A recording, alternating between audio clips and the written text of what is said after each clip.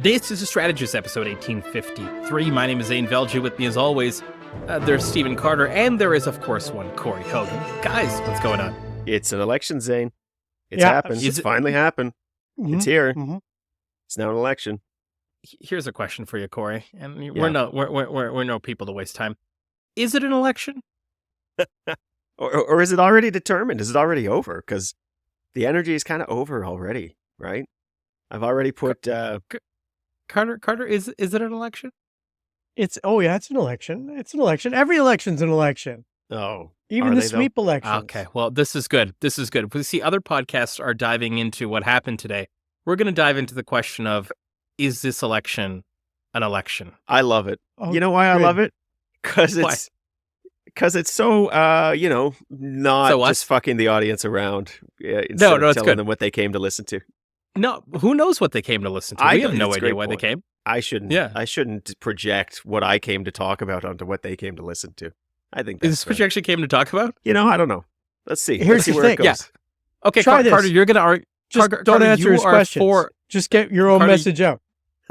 Carter, you're for the resolution that this election is indeed an election. And Corey, you are against the resolution that this election is not an election. Okay. Carter, I will let you go first as the affirmative. Please argue why this election, the one that we are currently in, is indeed an election.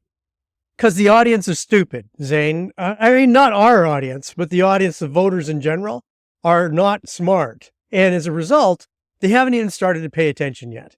So this idea that the polls really are reflecting something that's real and that, it's all already pre-baked, that's just not true, because the general population isn't even aware that Mark Carney's the prime minister yet instead of Justin Trudeau. There's so many layers to go through. Or if they are aware, they're like, oh, I heard that Mark Carney exists. That's a great thing. And they're making wafer thin determinations. And who knows what they'll be making their wafer thin determinations on in 5 weeks. Corey Hogan, Stephen Carter comes out punching for why this election is an election as the party against the question. Corey, your opening statement. Yeah, I'm not sure any election's an election anymore. We've talked a bit about this. Powerful. I don't think that we have a clue how people change their minds anymore. I think we've seen from a lot of recent elections, including the U.S. presidential, including the Alberta election, including the BC election, that polls at the start are just as or even more predictive than polls at the end. I got a couple of theories why that's the case. So maybe we do most of our deciding in the lead up to elections now, and we're just trying to get those yokels with their wafer thin determinations in the last bit, but they were always going to determine based on what the people around them said. The people they lend their trust to say, I don't know who to vote for, Jim. Who you going to vote for? But Jim has made up his mind. Jim is done. Jim is baked. So maybe the next 35 days don't matter, except for the fact that we're now recording 3 times a week and the content machine must be fed. Maybe that's Carter. What ended up starting as a bullshit question might now end up being the greatest podcast episode of all time. It is now singularly It is now singularly up to you, Stephen Carter, to yes and this and rebut Corey's pretty compelling point about why this election is not an election. Listen, I have to agree with Corey that the polls at the beginning tend to be more reflective of the election outcome than the polls at the end, but his rationale for why is completely wrong. So what he needs to understand is that things can move in cycles, right? They move up, they move down, and then they return back to benchmark. Right now, the benchmark is completely blown up, and I'm just dying to know how this actually all unfolds. Will Mark Carney continue to hold everybody's attention? Will Pierre Poilievre be the next Trudeau? These are the big questions that I think this election will actually answer in the course of the 5 weeks of the actual election. So Carter, your point is that you agree with Corey that polls can be similar looking at the start as what they are in the end, but there's a bunch of stuff that happens that is actually determinant to lead the election back to where it started. Is that the case that you're making here? Yeah, number one is when the election is itself. The election day actually is when all of our communication is targeted. We try and target and communicate with people in the last 72 hours to 72 seconds of the actual campaign. And that is that means that everything returns back to baseline. And that's what I'm talking about, is the actual baseline. So the baseline, we can vary 5 points up, 5 points down, but the baseline is right there. Corey Carter makes an incredibly compelling case for why this election is not an election, which was the case you were making earlier. I was going to say, I change my position in the middle? All campaigns go on a loop and end up where they started. It's not. It's like, what the fuck is that? Is that your argument? Campaigns matter? If that's the case, should we just wrap up the entire fucking show and our careers? Should we just leave? Is that what you're? Probably. Can we go back to the Dairy Queen? Carter, there are so many people that have no idea what you're talking about. I would say literally thousands. And in fact, let's leave it that way. Let's not give him an update. Corey, Carter's now mowing your lawn. This could have been the greatest episode of all time, but he decided to fold. He decided to fold. Why I got confused. Yeah, I'm old. It's late at night. Of course you did. It's true. Yeah. By the way, your hotel seems marginally upgraded. It's got crown molding. Yeah, I know. It's actually really nice. Worse. It's actually worse. How is it actually worse? There's no, I had a little office before. Every time I come to this hotel, I seem to get downgraded one level. Yeah. I started off pretty good, and now I'm downgraded. So how's the campaign going? Unrelated question. Is it running out of money? I already spent all the money. We're done. Okay. There's only 2 weeks left. All the contracts are signed. Everything's done. Very reasonable. Just hang out now. Yeah, of course.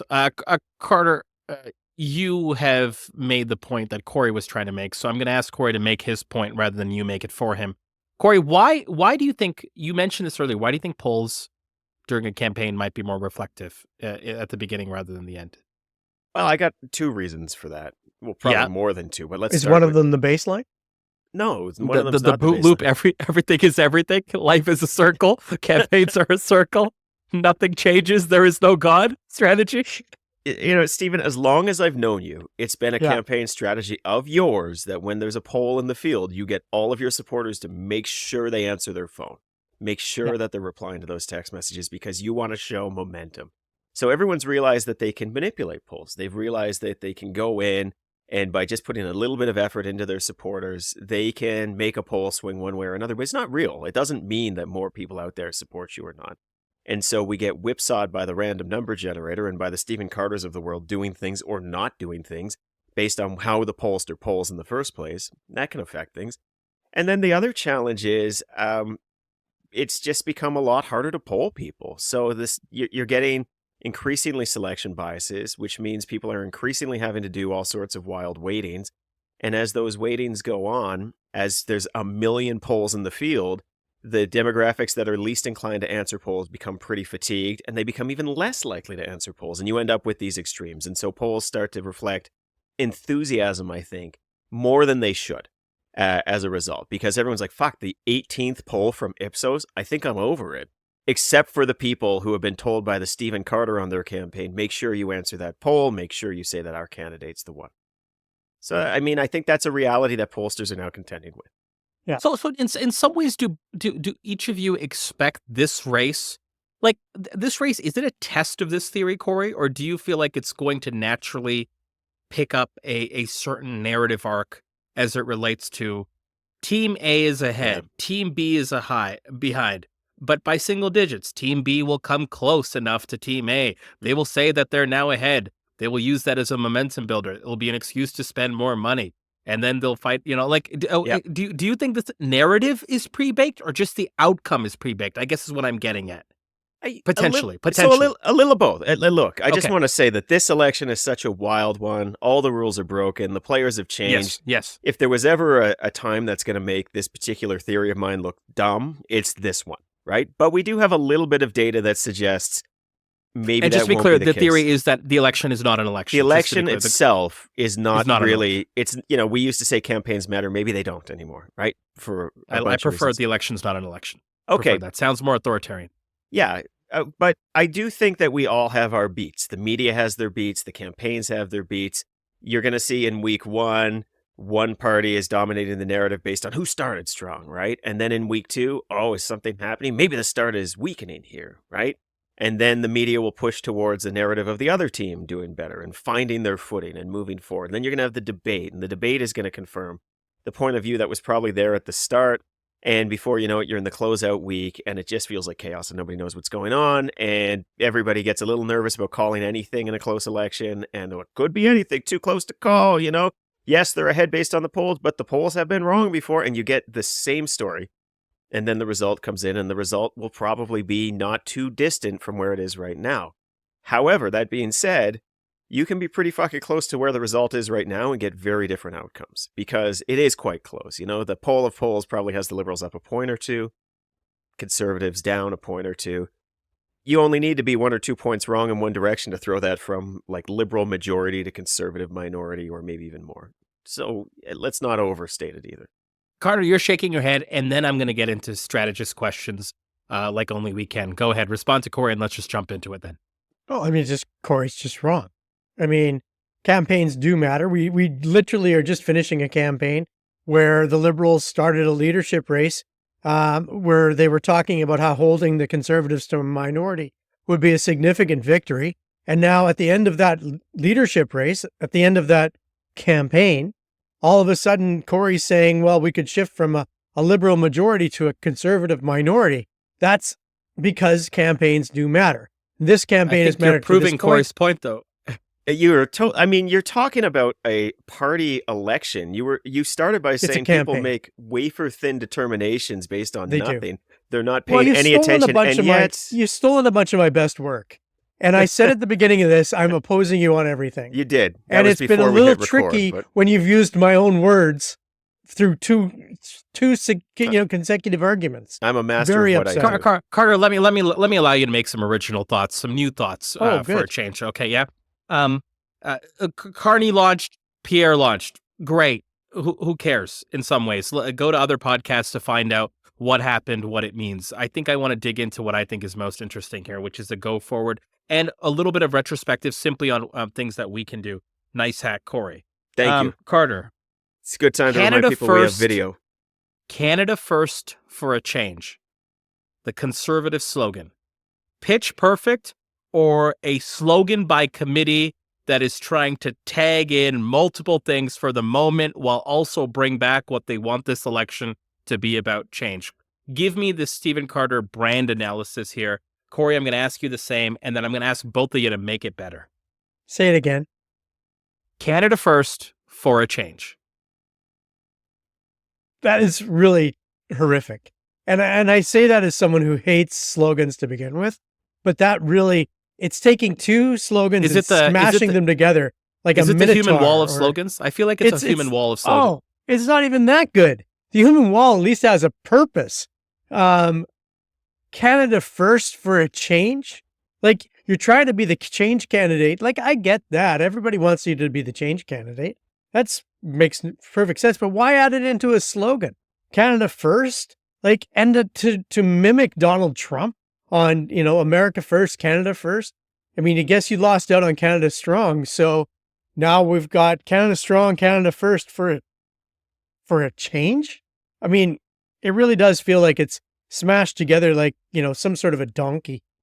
It also really felt like you were hearing it for the first time on this show. Corey, Canada first. Can you say it again? Yeah, Canada first for a change, Carter. Yeah, that's Canada pretty first amazing. for a change. Yeah. Corey, I don't like it. Is it perfect? Does it combine two things and also mean its own thing? Or are you also having similar gripes to Carter? And I actually want to put you guys on a project to make the Conservative Party slogan better. So put your thinking caps up in a second. But Corey, give me your analysis first. Well, I if that is actually their slogan and not just an attempt to put two slogans next to each other, they're out of their mind. For starters, you should be careful if the slogan sounds like if it's applied to you, like, they're trying to say it like, let's put Canada first for a change. But you'll tell you something, the word let's isn't in there. And even if it was, the us of that would not be very clear. And you can easily interpret that as Pierre Poilievre is putting Canada first for a change. Normally, he wouldn't put Canada first, but he's going to put Canada first for a change. So that's problem number 100% my thinking. 100% where I was at the whole time. Like, it's just not... Pierre used to put himself first. But now, for this moment, for a change, he's going to put Canada first, right? Yeah, for this moment, he's not able to. Okay, keep going. It's not great, right? The other challenge with it is it's too many things. You're trying to You're trying to have your cake and eat it too. Message discipline is not putting your message into everything you say and in the process muddying every other message. That's a very facile view of message discipline. Message discipline, I like to describe it as it's like sculpting, you know? So you can paint, and paint is adding layers onto things, right? You've got first layer of paint, you put on your second layer of paint, third layer of paint, more detail work until you've got a picture. That is not what messages are. You do not keep adding to messages until you've got everything that you could possibly say. Message discipline is sculpting. Message discipline is saying, what can I take out of this to leave only what's essential? And you don't have two messages. You have one message. The other way to think about key messages is this. If key messages are like locks on a door. One is usually pretty good. 2, you're getting into a weird place. 3, you're in a bad fucking neighborhood. And right now, the Conservatives are in a really bad neighborhood because their slogan has 2 messages. They are bombing all sorts of messages out there. They still haven't figured out what they're doing, and they don't have time to figure it out. And we talked about the sneaky carbon tax, Carney, weak Brookfield, right? Like all that shit. Like that's their current message track. Weak Brookfield, just like Justin carbon tax, right? Like they've been going everywhere. And but can I just say, it's not even just the words. It's like, which Pierre Poilievre is it going to be today? Is it going to be the ball-busting dick? Is it going to be guy smiling with his kid? Is it going to be the guy awkwardly posing next to a desk in a Quebec, French language ad? They have not figured out what they're about. And I think that's going to ultimately, if they lose this campaign, we're all going to look back and say, of course they did. Because they were unable to pivot and they were unable to find a message to work. Carter, how would you start making something like this better? What would Stephen Carter have recommended in the room if Canada First for a Change was presented and pitched in the what is it, war room, brand room, whatever room this was pitched in? Well, I would say, what is it we're actually trying to get down to, right?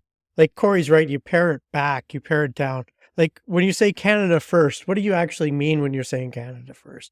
And then I'd start playing with it a little bit. Like, and so actually while Corey was talking and I wasn't paying attention to him, I started to fiddle with it. What does it actually mean when I say Canada First? It actually means you first, Canadians first, you Canadians first. And then I went to you. And the whole message that they should be carrying is that this is about you. The Liberals have been about the Liberals. The Liberals have been about them. But this campaign is about you. And you want to change. You want Canada. You want us to stand up to the United States. This entire campaign is about you, not about me. It's not about Pierre Poilievre. It's not about the candidates that we're running. It's all about our ability to reflect what you want. And that is, it should be at the very corner of what their campaign is, because that's what they're trying to say with Canada First. But what they're actually saying with Canada First is Trump. And what they're actually saying for a change is unknown. It's Trump words. Trump words. Trump words. That seems to be coming out. Yeah. Carter's pitched Trump words, Corey. You are responsible, as we have been multiple times, for taking Carter's wisdom and molding it into something that clients can pay us for. What would you take Trump words and make it into if you're helping the Conservatives? This whole exercise is really one. Maybe we should talk a little bit about how we actually do this in the real world, right? How we would do this? Yeah. Yeah, I think we would each do it differently, but if we're working on it together, I think it's an interesting question for sure. Like if we were doing it ourselves, trying to come up with it and pitch at a meeting, I think that'd be different than a collective process if we were the room. I think Not so. to get too different, but I think it's important to make mention. So let's do it as if we were the room. Yeah, so let's just say, you guys have heard me say this before, but often when I'm doing a creative exercise, I like to take a bit of a double diamond approach. And so first thing you want to do is you want to make sure that you're building the right thing, and then you want to build the thing right. So where Carter was going with what are we trying to say, that's the most essential work to begin, right? What is the brand we're trying to have for Pierre Poilievre? What is the overall message we want to leave with Canadians? What are their current and desired sentiments? Like you go through what's effectively a creative brief to understand the answers to all of those questions. And then you go, it's called double diamond because you go from narrow to big and then narrow to big. So we'd go really big with trying to get everything on the table of what we think Pierre is supposed to be. Then we would distill it into like one sentence, maybe a couple of sentences of exactly what we're trying to do in terms of current and desired sentiment, brand. And then we would just start throwing spaghetti at the wall, right? Like, and it's hard not to jump immediately to spaghetti, but my caution to anybody out there doing this is It's not going to be a very focused or useful exercise, and any success will be accidental unless you know what you're trying to do. Because Carter's talking, and the first thing I want to say is like, oh, maybe putting you first, right? Maybe putting you first is the message the Conservatives want to go with. And then he's talking a little bit more. I'm like, oh, Canada's strong. Maybe we're saying Canada's strong when Canadians are strong. Maybe that's the message. Maybe we work in that space. And maybe both of those are fine ideas that are building on his, and as you'd say, yes-anding Stephen Carter. But back the bus up. Like, what is he actually trying to say to Canadians? Because even in those two I gave you, the putting you first and Canada's strong when Canadians are strong, one of them is a message about Canada and strengthening Canada.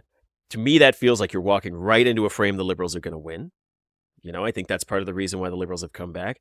Putting with you Canada first strong as well, including where they've landed with their brand, which is that Canada strong. Yeah, or Canada first in the case of the Conservatives. It's funny because months ago I pitched Canada strong for the Conservatives, which the Liberals then took, and then the Conservatives went with Canada first. Crazy times. But putting you first maybe is a little more in that space because you've got to have a frame that's separate from the Liberals. So I've ping-ponged around. I've ended up back where we are, but I think the exercise has to start with what the hell are you trying to say? And I think the result that we have right now from the Conservatives is they just went straight to spaghetti. And worse, they said, we are throwing spaghetti at the wall, but every piece of spaghetti we throw has to have this meatball called everything we've said for the last 2 fucking years. And I don't think you need that. Yeah, I don't think you need that. Tagged on. Bring it home, right? I got 2 questions here. One's about Canada, one's about change. Let's talk about the Canada question first. Carter, with your instincts, is it a mistake for the Conservatives to lean into the Canada question at all? Is Canada and its orientation, strength, first, loved, whatever it is, add whatever word you want, is talking about the country and wrapping yourself in the country a strategic mistake for the Conservatives? Tell me yes or no. I think it is. I think it's a trap for them. I think that it's walking into a place that the Liberals can own. And I actually think that most voters are too selfish to worry too much about it. I think that they're worried about it right now, but ultimately they'll return to where they normally reside, which is what's best for me. What's best for me? How do I get what I want? And that's at the kind of the core of the Rick Bell question, right? Columnist of the Calgary Sun, Calgary Herald, Calgary, whatever. Which is, what do the people want, right? What do they want? What does the guy carrying the lunch pail want, right? Well, what they want is ultimately selfish. And when you say Canada first, Canada strong, you're not necessarily getting to that selfishness. That's one of the reasons I went to you. I want it to be about you, Zain. I want what you want. And what you want is going to change over the course of this election, I think. Mm-hmm. Corey, is it a strategic mistake for the Conservatives to make mention of Canada and run a campaign on Canada in that sense? Well, you've got sword and shield issues we've often talked about. And what we've always said is when it's the other person's message, you might need a good shield, but you're not going to spend all your time proactively talking about it. I think we have to take our own advice there. I think in the times that we're in, you can't avoid the Trump conversation. You can't avoid the America conversation. But I do think you can avoid it being who's going to wrap themselves most deeply in the flag. And I think if you're the Conservatives, you almost have to, just based on what we've seen in terms of the polling of their own base, right? And they're attempting it. Like, let's not pretend that they haven't figured this out themselves to an extent. But they've got to find a way to make the conversation not about Canada strong, but instead a conversation about, hey, we have found ourselves, probably even as individuals, to Carter's point, get to the point of like, what does it actually mean to me? We have found ourselves in a very precarious situation because of what the Liberals have done. I am going to make your life better. And in the process of making your life better, this whole country will be stronger. But that almost has to be incidental, right? You have to have an answer to the shield question. You don't want to be spending all of your time on it. Isn't it interesting to you, Carter, to Corey's point, that their Conservative Party slogan is pretty much top shield plus top sword together, right? Change is the election question. That's our sword. And we're going to put our top shield, which is Canadiana, like wrapping yourself in the flag, smash it together. That's our slogan. Here we go. That's the election. And do you think, like, you say it's a strategic mistake, but like, what are the implications of leading with a shield? I don't know if we've ever talked about that on this sword, which is like, we talk about in sports metaphors, defense can win championships. Can defense win elections, Carter? Like they're leading with defense here. Yeah, I mean, you're running right into. I mean, the way to think of this is the message box, right? What are we saying about us? What are they saying about us? What are we saying about ourselves? What are they saying about, anyways, how that all works out. And the message box, basically, the conservatives are running right into the liberals' message box. Where the liberals want to be is Canada Strong, right? The liberals want to be putting little flags up on their own signs, but like it's the simplest thing in the world to do. The conservatives have got a maple leaf in their logo. Everybody wants to be Canada, but right now the liberals get to be Canada Stronger, and that strikes me as a strategic advantage that the conservatives don't want to be running into. You shouldn't lead with your shield. But this is one of the reasons I hate slogans, right? Like, what you're trying to achieve is something that's going to last for 5 weeks that isn't ever going to last for 5 weeks. It's not going to be, it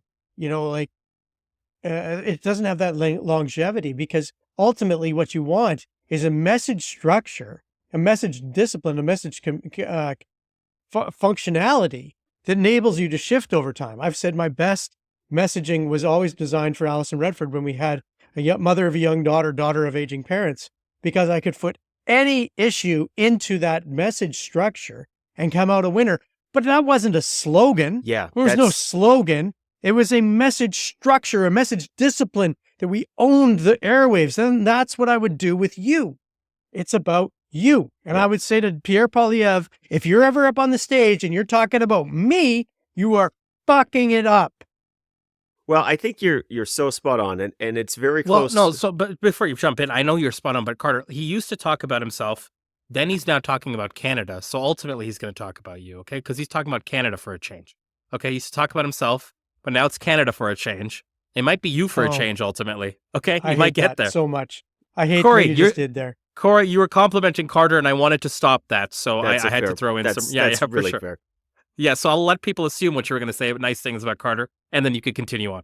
Well, it's very close to what we in marketing would call like a market position, what Stephen just talked about, right? Yes. And the idea of a market position, different from a slogan, is that a market position is almost like an internal rallying cry, right? It's so everybody with like absolute clarity, no art, no poetry, absolute clarity. What is this campaign about? What is the brand about? It's true for products too, right? And so what he has done with his Alison Redford, daughter of aging parents, mother of young children, whatever it was. I mean, I'm getting the vibe. I'm not sure I got the words, despite you saying you get the words a million little times. wrong, but that's okay. That's fine.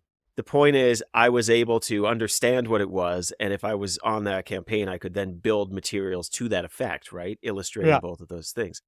That's really important. So understanding your market position is the start of any successful campaign. But we've said this before, so I'm not going to belabor the point, but market positions, slogans, the visuals we use, these are all means to an end. And that end is brand. It's making people feel something about you. And in the context of an election specifically, making people feel like you are the answer to the question, and you've probably set the question too in the context of all that work. So I just really do think that in politics in general, the more sophisticated it gets, the easier it is to lose track of the ball on this one. But at the end of the day, you're just trying to make people feel things. You're trying to make them feel an anxiety about a specific issue, set the ballot question, and you're trying to make them feel like your candidate is the only answer. And if you've done your job right, you've set a question where your candidate is, of course, the only answer. And what we're seeing right now from the Conservatives, I think, is an inability to pivot. You're seeing just an awful lot of work that they need to do a pretty aggressive job of winnowing down. And they're forgetting that fundamentally, if you make people feel anxious about the country, you are probably not the answer to that. We've got enough polling on that at this point. Carter, Corey makes a good point about the Conservatives and their pivot. And the question we've been positioning for the longest time heading into this election is, can they pivot? Can they pivot? Can they pivot? Do they have the skills to pivot? Does Jenny Byrne have the skills to pivot? We know, and does Pierre Poilievre have the skills to pivot? It's almost like we're asking the wrong question. Do they want to pivot? Like they almost want to. They almost want to win a certain type of election. And I'm not saying that they're saying to themselves, "Well, fuck it. If we can't win this way, we don't want to win at all." Because I think that's a bit of a reach. But a lot of their actions seem to be indicating, fuck it, if we don't, we want to win this way. We want to win on the carbon tax. We want to win on change. We want to win on bring it home, whatever the fuck that means, right? Like, can we talk about What's another it? slogan? What's it? I've never understood. The victory, like, and it's also very selfish. Like, bring it home for who? Us? Well, like, okay, for Canada, for me. Exactly what I wanted to say. Like when I hear "bring it home," I think sports immediately. I think like bring home the win. It is bring a very home. sports, yeah, very sports term. Yeah, the it that you're bringing home is your own glory, and I just don't understand why you would put that on the side of your campaign bus. Because a huge chunk of Canadians are going to interpret it that way. I just firmly believe that. Like otherwise, I struggle to think about what the it is. Like it feels like it was an attempt to be clever about like we're building homes, so the it we're bringing home is homes. No, nobody's going to get that. Like that's not what it is. It was very funny, Carter, at the Pierre rally, which by the way, several thousand people. So the guy could still fill a room, he can fill a room, do a thing for sure, like undoubtedly. But he's like talking about his new slogan. He's like, that's why Canada first for a change. And someone's like, bring it home. He's like, also bring it home. Yes, bring it home. Almost being to himself, oh, fuck, we retired that 15 minutes ago. Please don't say that. Please don't say that. We moved on. The tax is scrapped. We're going to retire it. So, do you think they want to win in a particular way rather than just win? Period. Or am I getting too in my head by asking you that line of questioning? No, they want to be right. They want to be right about the carbon tax. They want to be right about all of these different pieces of how bad the government of Liberals have been. And you can sense this when we're in our home province of Alberta and you're talking to the Conservative people. It's like, how could the rest of Canada conceive of putting the Liberals back in office? Well, I mean, right now looks like it could be 5, 6, 7 seats for the Liberals in Alberta. I mean, it's not just one place. It's an entire country that's looking at the Liberals in a brand new light. And Pierre Poilievre is just 1 or 2 generations of his sloganeering away from Axe the Tax. And it is just sloganeering. The guy has been sloganeering for the better part of 3 years now, and he's never actually been reaching out to try and build a connection with real Canadians. Instead, it's just been, how do you like my T-shirt now? How do you like my T-shirt now? How do you like my T-shirt now? And in some cases, it's like a hat that Corey Hogan would be wearing. You know, that type of a hat, it's just sloganeering. It doesn't have any substance. There's nothing there. There's no substance.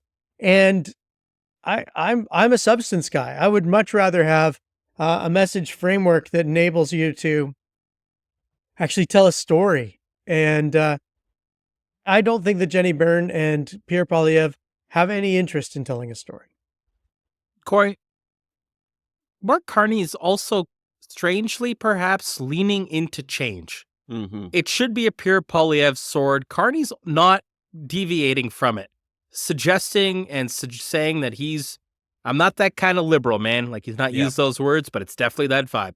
Am I moving to the middle? Yeah, I'll answer your question. I am. Am I doing conservative things? Sure. I'm going to steal a bunch of their good ideas. No taxes on homes under $1 million. I'm going to take the income tax. It's not going to be deep as theirs, but I'm going to go down that path. Sure.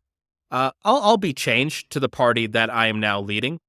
Despite having the same, if not identical, front bench, at least in terms of the cast of characters that we've had, wearing the same liberal red. Mm-hmm. Carter historically has said this is a mistake. Watching it in the first 2 to 3 days of the election, is it a mistake for Carney to lean into change, which you'd argue would not necessarily be in his competitive advantage or to his competitive advantage? So it does feel to me that's his version of the shield issue. When you look at polling Correct. and when you ask questions about what Canadians are looking for, you can look at supporting Canada and the Liberals do best. You can look at, do Canadians want change? And Canadians say, yeah, we fucking want change. We're pretty done with whatever's been going on here. So I think he does need to reasonably present himself as change. I don't think he needs to lead with it, though. I think change has to be almost incidental. And I do feel he's doing a lot of show, not tell in that front, getting rid of the carbon tax on day one, bringing in a bunch of policies, saying, yeah, sure, I'm happy to take some of Pierre Poilievre's policies. I don't know that I've heard him use that phrasing, but I'm just going to just done it. Yeah. He's just done it, right? And there's this meme that was going around, somebody sent me, which I thought was pretty funny. It was like trade offer. It was from Mark Carney saying, you offer me a majority government and I'll give you the Poilievre policies you like and no Pierre Poilievre. And yeah, that sounds like a pretty good deal to a lot of Canadians, frankly. So I think that as long as he doesn't allow, like if he's leading speeches being like, Canadians need change, Canadians demand change, he's fucked up because he's not the obvious answer to that. But I do think what he provides when he uses that language secondary and tertiary is the shield that his supporters can then pick up and say, when they run into somebody saying like, yeah, but we fucking need change. They'll be like, oh, he's clearly changed. Look at the change he's done. Look at the things he's done. That's how you do a shield issue in my mind. Now, it's only been a couple of days. We'll see if he can show any kind of discipline on this. But to me, it feels like he struck an okay balance the first couple of days on the change question. And by discipline, Corey, you mean showing, not telling, which has long been a Carter sort of anthem on this show. Well, show not tell, and also not leading your messaging with it. Like you're not going out not there leading and with saying, your shield. I'm like Mark Pierre Carney, might be. and I'm telling you it's all about change, and I put change on the side of my bus. That would be suicide. Although, as I say that, in 2015, one of the crazy things about that election, now the Liberals were not the government at the time, but polling at the end showed that Canadians saw the Liberals as representing the most change, despite them having been in power 70 of the last 100 years. So there is also this Canadian amnesia where we're more than willing to forget that the Liberals are the establishment when it interests us. Carter, where are you at with strategically with Carney and the change equation at the current moment? Would you still advise against it as a topic of talking about, or have you kind of moved where you are?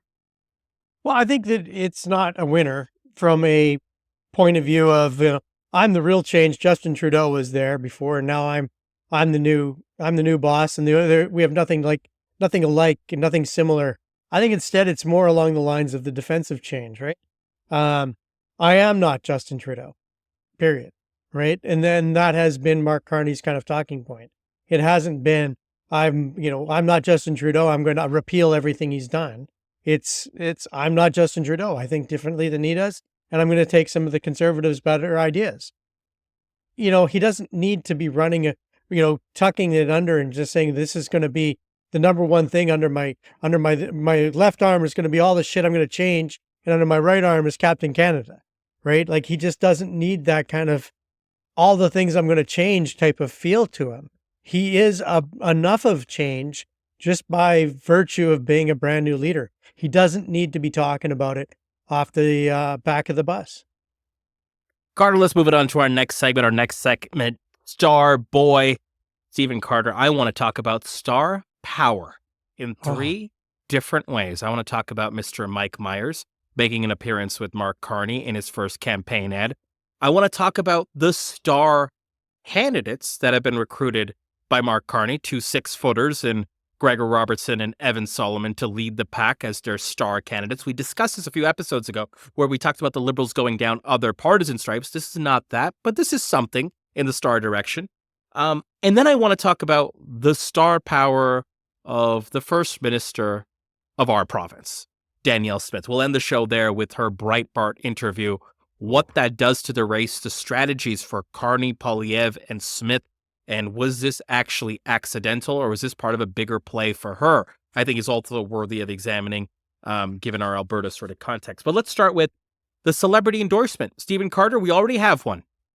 And we have seen, and we have perhaps repeated multiple times ourselves, leading the pack on the value or the lack thereof of celebrity endorsements. We've seen what happened to Kamala Harris, that people don't really give a flying fuck what celebrities think. You could bring out the biggest names on the biggest artists and the biggest acts in your country, and it won't necessarily move the needle. Is Mike Myers any different? Is this just adding that to the pile, Carter? Or do you feel like you could convince yourself that this is rare and unique for a rare and unique moment? I mean, I think that Mike Myers did what he does best, which is he was funny. He, the ad itself was a funny ad. And it got a lot of free airtime. Did it change anybody's mind? Did it move the needle? I'd be very surprised if it did that. But it saved the Liberals $1 million in ad spend, or $500,000 in ad spend, because it was seen by so many people in such a quick time that they don't have to buy the ad anymore. They just threw it out there on the socials and it was so successful, they threw out the second one right away, right? These are successful ads, not necessarily because they're changing the outcome of the election, but mostly because they are generating eyeballs for very little money. And I didn't even know Mike Myers was political. Did we know that, aside from the elbows up comment on Saturday Night Live? I'd never thought of him as a political celebrity. He'd written a book on Canada a while ago, and it talked about like how he loves the country. So for me, I think it was, at least my analysis of it, Carter, is that he kind of probably thought Carney was the best for that sort of broader Canada equation. Once again, perhaps proving that this is a liberal advantage question heading into this election, should it stay there. Corey, your thought on Mike Myers? Is it just another, this doesn't do anything, move on people? Or do you think this is rare and unique for the moment? I don't think it's rare and unique for the moment. I think it's a nice piece. It's fine. It doesn't do any damage. Mike Myers is having such a moment with the elbows up. I gotta be honest, like when the SNL anniversary came on, SNL 50 there, and it was Mike Myers and he's doing the elbows up at the end, I kind of forgot Mike Myers existed until that moment. And well, there's if you actually want to go into the Mike Myers lore, the fact that he was canceled after making a terrible and racist movie, The Love Guru, is a real thing. Like it's and like sort of my point, right? Yeah, exactly. And so we end up in a scenario where Mike Myers is having this moment. In many ways, I think this is his comeback with playing Elon. Exactly and SNL, right. Yeah. Like this is as much like his moment of coming back into the thing. And in some ways, I understand entirely why he wanted to do it. He has just made himself ultra relevant to a huge swath of the country, and this just pushes that relevance even further. And he does love Canada. I think that's pretty fair. We've always known that about Mike Myers. But do I think that this has changed anybody's mind? Jesus Christ, I hope not. Maybe it has a couple of people on the margins, but no. I mean, you have the comment I've gotten most from people in my orbit who've watched the Mike Myers ad is not, this has changed my opinion about anything. It's, wow, Mike Myers sure got old, huh? And then I'll usually say something like, yeah, us too. That's what happens. That's age. But so how, I agree with that. I think you and I are aligned in terms of white people age poorly. Right. So I figure we're all aligned on that. So I'm going to move on. But Carter, what if the strategic value here is, and I don't think this is nothing, but you tell me if I'm wrong. This shows the Liberals have some game again. Is there strategic value in that for the Liberals to kind of have of course, they've got a sign of life in the polls now with Carney as resulting of Trump and the tariffs, et cetera. We know that part. The Liberal machine having some game again by putting out this piece. Does that have strategic value to you as a practitioner and campaign manager?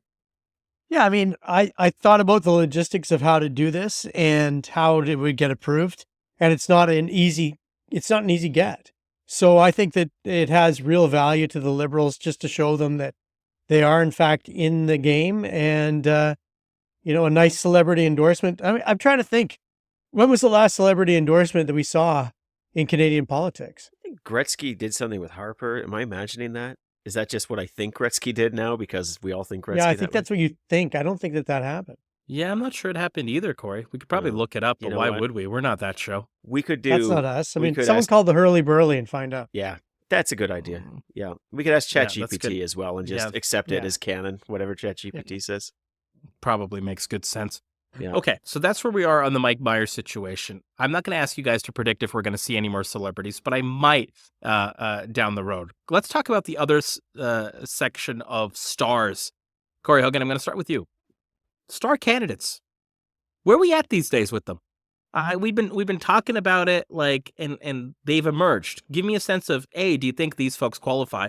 Just throwing out a couple of names, the Sohis of the world, the Amarjeet Sohi, the former minister, now mayor of Edmonton, the Evan Solomon, former CTV journalist, Gregor Robertson, former mayor of Vancouver.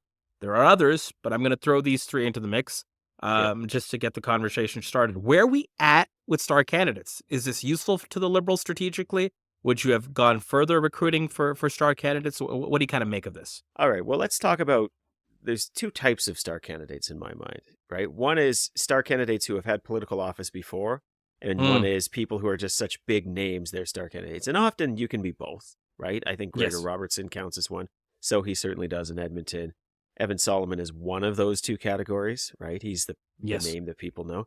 The benefit of a political star candidate is they can run an organization. They will get volunteers out. There's some enthusiasm. And frankly, they've proven they know how to do it at big levels And win. usually. Yeah. And win. Absolutely. So the conventional wisdom is always, a star candidate gets you, 5 to 10%, Stephen? That's basically like what that. people say. Doesn't fundamentally change the game, but it's not quite fair to say it becomes a game of inches, because 5-10% can be pretty material in an election. And even an election that we would deem not that close becomes either very close or flipped based on a star candidate being in there. The celebrity star candidates is a bit more of a crapshoot, because they, in my experience, often run the other way. They are used to being famous and popular and loved, but they don't know how to run a fucking campaign. And it can be very difficult for them to reconcile the actual grunt work of being a candidate, which, let's be really clear, is not glamorous. It's knocking on a lot of doors. It's making a lot of phone calls. It's going around and getting yelled at by people in church basements as, a woman with enormous mole on her face is spewing chicken from her chicken salad at you as she's talking about an issue that's not even in your jurisdiction. Like, this is the reality of politics. And stars have a lot of trouble with that, in my experience. And so sometimes they can cut back the other way. But they have a halo, and the hope is that halo gets them more votes as well. Like, more people will come out. I really think the real benefit of star candidates, generally speaking, is if there is vote to be consolidated. If you have a situation, I'm going to use an example here. Let's just say, where's Sohi running? I forget the riding. Southeast, Edmonton Southeast. Thanks. So this is a new South Edmonton. Doesn't even matter. Don't care. Adjacent to My point is this: in Edmonton Southeast, if there was going to be vote that went to the New Democrats and vote that went to the Liberals, and the combined value of that vote would have given the Liberals or the New Democrats the riding, by having a star there, you are signaling viability in a huge way. And most of that NDP vote's going to run to Sohi, because they're going to see him as clearly the best option rather than two people they have never heard of before. So that's the real value of star candidates, in my opinion. Carter, what's the value? Where are we at in a 2025 world with star candidates? And then let's talk about the question of, is this a good haul for the Liberals? A good and useful haul for the Liberals? Well, it's interesting. Christy Clark announced today that she's definitely not running. So you did see, there's been some gets and some not gets. Zain, you're not on the list. You're not on the list. That are running. So Corey's weird. not on the list. I'm not on the list. So it can't be that strange. great for the Liberals, or the Conservatives for that matter. Although Jeremy Nixon failed candidate in Calgary Skyview, is now running in Calgary Confederation. Obviously a star. I mean, I think that star candidates are in some ways overrated. Corey makes a really good point about organization and the ability to organize. I've been there when, like Joe Clark runs in Calgary Center, and it turns into something of a star, but it also draws the volunteers from every other riding into yours, and really can, limit the impact of the quote unquote non-stars around you. So there's some advantages and some disadvantages. I don't think that these are great stars. I don't think that these are, people you look at and say, well, these are really changing the face of things. I like Evan Solomon a lot. I think that Gregor's great. I think that Amarjeet Sohi, he needs to be doing something in the next year. So, it's not a great crop of stars, but I don't think you need a great crop of stars if you're Mark Carney. I think I said that last time. This star candidate era may be over. Corey, what the hell is our premier doing?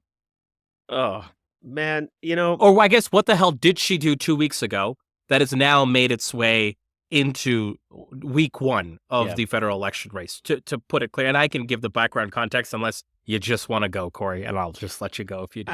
Look, I think Danielle Smith has been a bit of a roller coaster on this issue. Obviously, her going down to meet is an exaggeration, but going down to Mar-a-Lago, going to the inauguration, her regular visits on Fox News, where she seemed to be a little too cozy with a worldview of Donald Trump's, right, was somewhat replaced about a month ago with a little bit more of a hard-lined, no, I'm Canadian too, I'm on Team Canada And I was feeling so good about that version of Danielle Smith. I was so happy that she had gotten on board. I didn't care that it took her a while to get there. We were one nation. You know, it was feeling okay. And then I think I'll just say, like, I'm just so gutted that she decided to take this route with Breitbart, and she put party over nation. It feels like it really, like, when you're saying I've asked a foreign leader to take some action so that this party benefits, even though you can certainly say that stopping the tariffs would also benefit Canada in some narrow sense.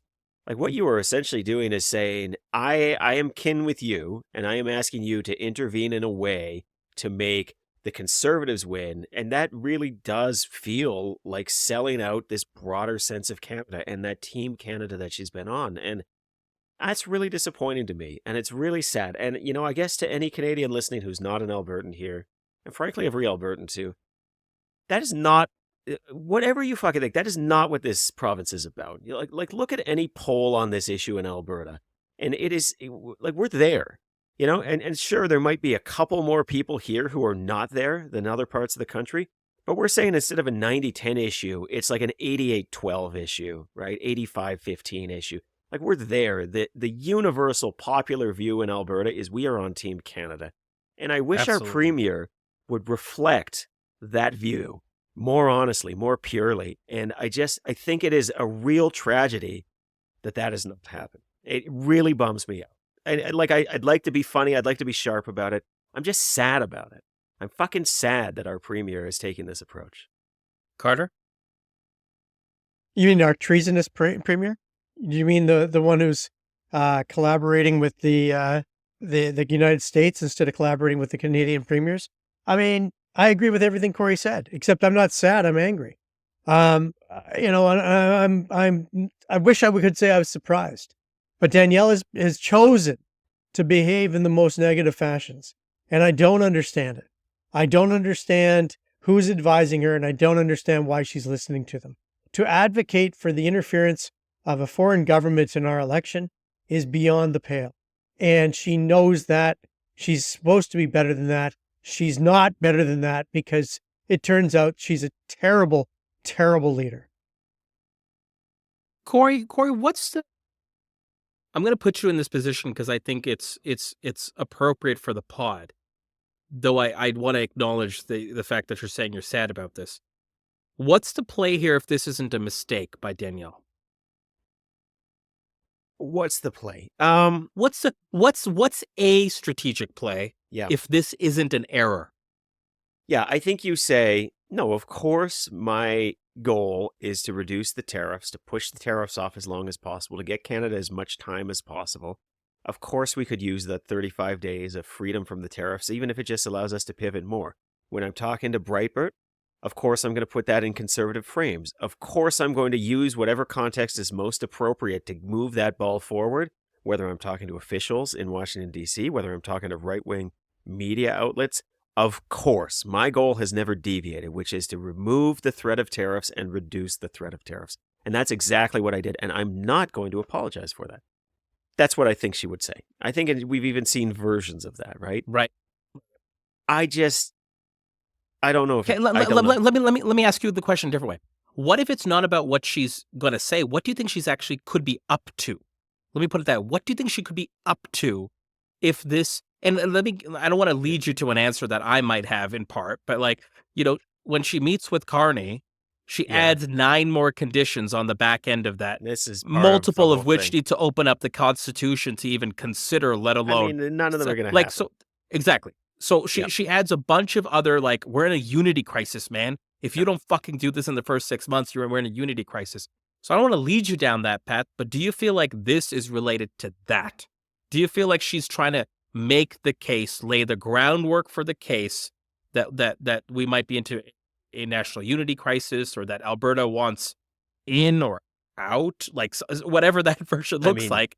I know these sound crazy, but we're in crazy times where the premier's saying crazy things, Carter. And I want to take her for her word in some ways, rather than being like she made a mistake here. Okay, look, I think it's pretty fucking simple. It's Occam's razor. She wants to have a conservative government, right? We don't need to look very hard. We don't need to squint She's being hard on Mark Carney and saying Mark Carney will be bad because she thinks that helps Pierre Poilievre. She's telling the U.S. government to do things because she thinks it helps Pierre Poilievre. She wants the Conservatives to win. I don't think we need to look too much further than that. And I think I think if Pierre Poilievre was the prime minister, we'd probably see a different version of Danielle Smith. I'm not saying all behavior would entirely change, but I do think we need to expect more from our politicians, and we need them to set aside partisanship at these like incredibly dangerous times that we find ourselves in. And you actually need to put nation first. Like and as voters, we actually need to hold people account to those kinds of things. And all parties to account, not just the Conservatives, also, any liberal gamesmanship on this, any New Democrat gamesmanship on this. Like, we're at a serious point, and we need serious people to act in a serious fashion. This is not acting in a serious fashion. Carter Corey makes a compelling point that, this is easy. She wants Pierre Poilievre to be our next PM. We don't need to look further than that. Maybe I want to. Can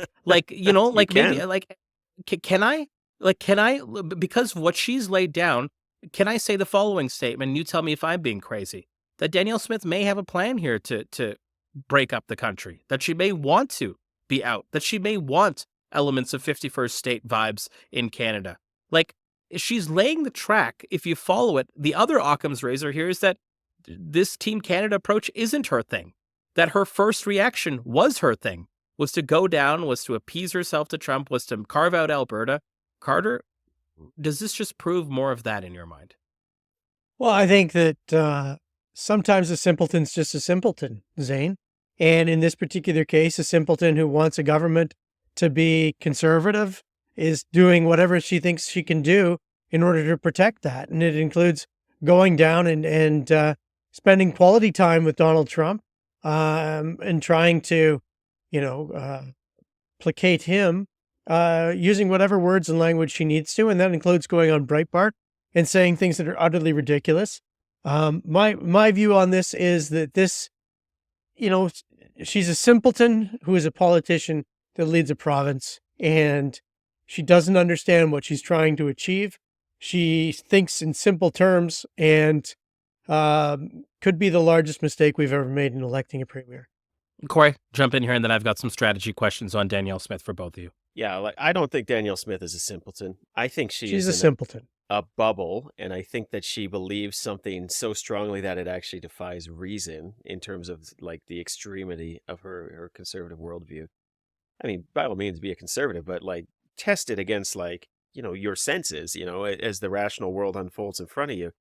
And I do think it's a bit of a disservice almost to throw her into that bucket here.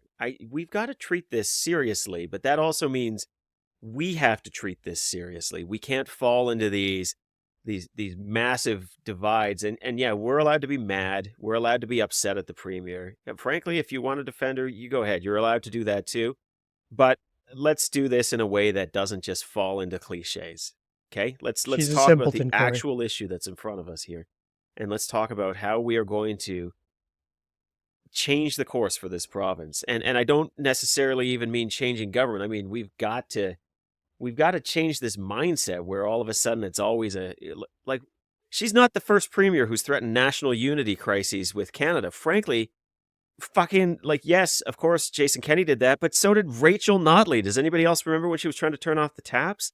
Can we please change the channel as a province here? Can we please grow up as a province here?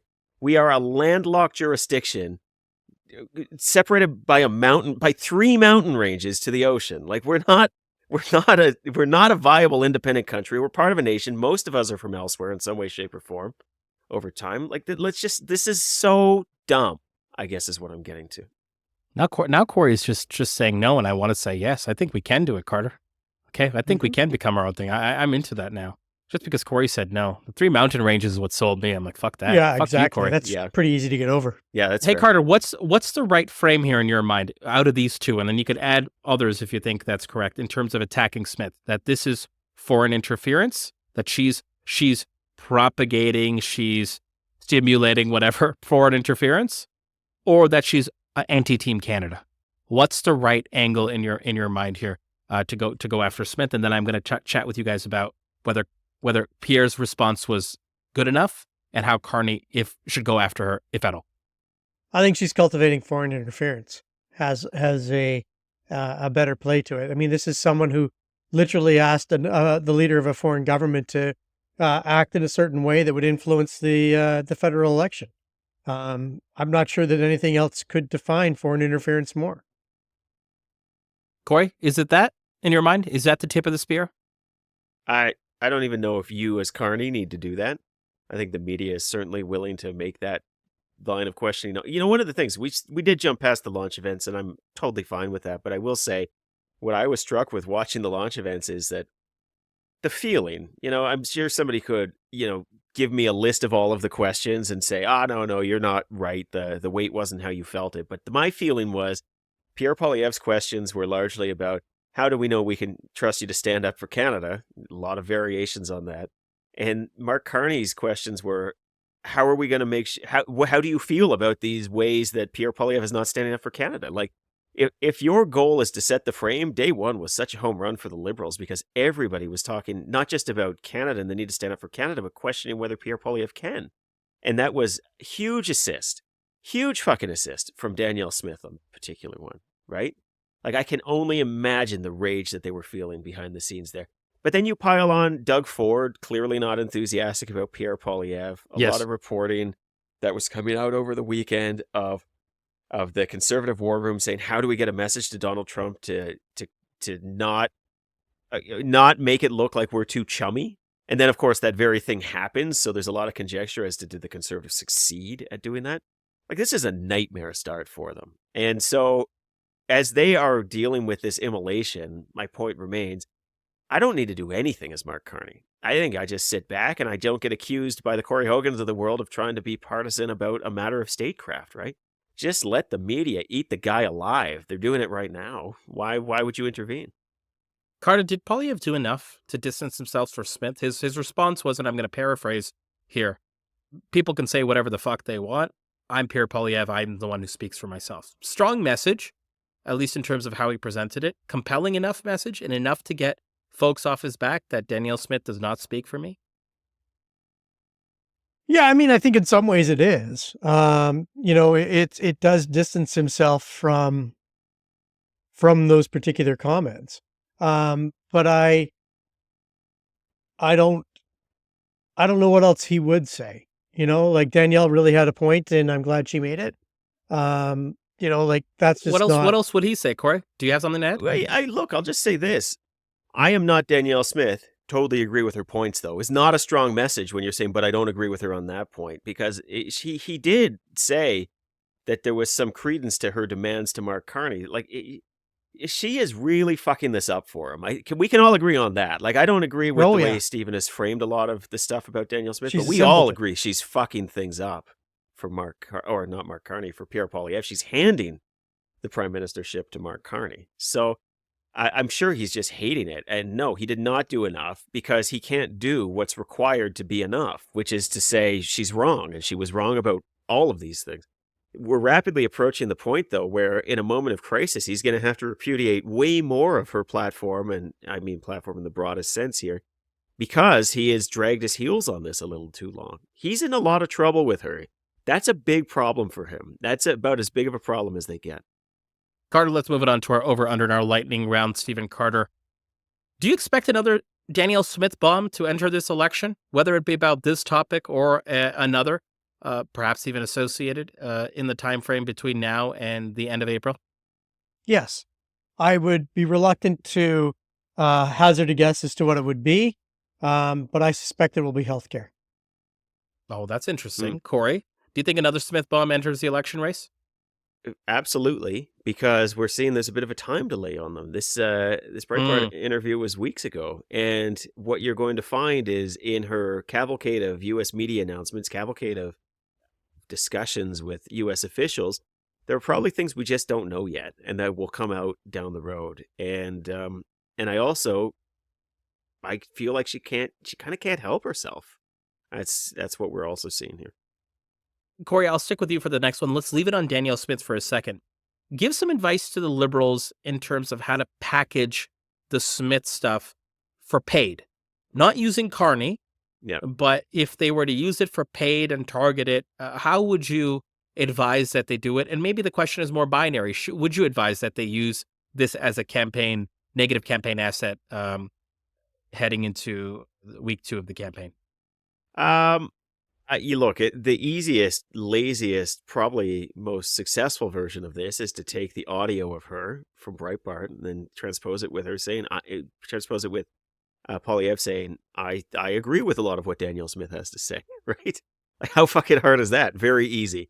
And it's just a matter of picking your favorite clips at that point, getting them in the right context, making the audio work without having a video. Or is there video? I think there's just audio, if I'm not mistaken. I And believe there's audio. It's a podcast. so you'll have to have that black and white, grainy, slow motion footage or something. Yeah, we have ways in the industry, right?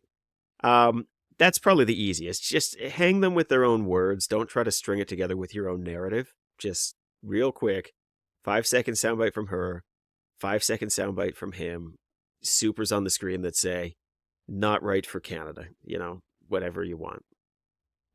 Yeah, Carter, I think a what would you 15-second do? ad is actually what you want. Mhm. Something that's just unbelievably quick, but just makes the point. Boom. These are the same people. And I would tie it together with Trump, too. The Trump aspect or the Trumpian nature of what Danielle Smith is advocating for shouldn't be overlooked. Danielle equals Pierre equals Trump. There. Problem. It's a circle.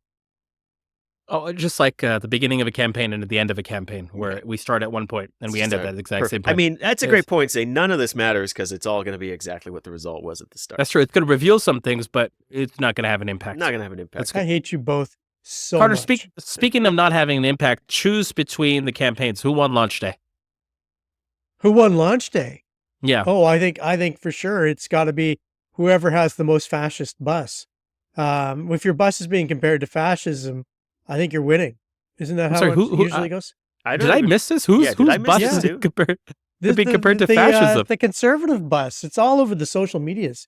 You guys should read the social medias. What does it say on here? there? That the graphic imagery is fascist style imagery. I think that's a bit with Pierre's much. hand in the air.